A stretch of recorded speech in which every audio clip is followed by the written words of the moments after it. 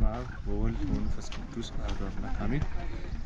የደብረ ጽጌ ቅዱስ ዑራኤል አካባቢ ወጣቶችና ጎልማሶች መንፈሳዊ ማህበር አባላት በሙሉ አሁን የምንገኘው እመቤታችን ቅድስት ድንግል ማርያም በግሸን ደብረ ከርቤ ነው የምንገኘው። ህንጻ ቤተክርስቲያኑን ለማሰራት የገቢ ማሰባሰቢያ ሊደረግ ነውና የተቻለን ያቅማችንን እርዳታ እንድናረግ በረከቱ ተሳታፊ እንድንሆን ከወዲሁ ጥሪያችንን እናቀርባለን።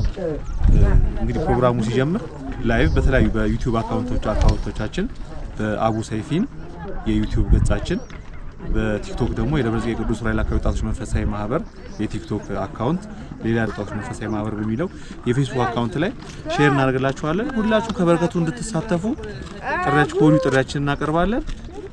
እመቤታችን ቅድስት ድንግል ማርያም የበረከቱ ተሳታፊዎች ታርገን መልካም ጊዜ ይሁንልን። እናመሰግናለን።